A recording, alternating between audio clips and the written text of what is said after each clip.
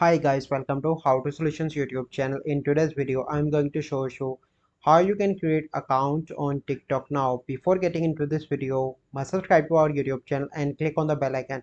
So the first step you need to do is to open Play Store and search for TikTok now, and you need to download that application and click on open, and then you need to click on start and click on login or sign up. If you have account on TikTok, it will already taken to you on the next page, and here you can see your friends. Click on next, and if you want it can access your contacts, so I don't allow this, and click on next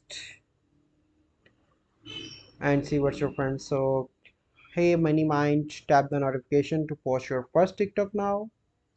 So here you can see that I can post TikTok now.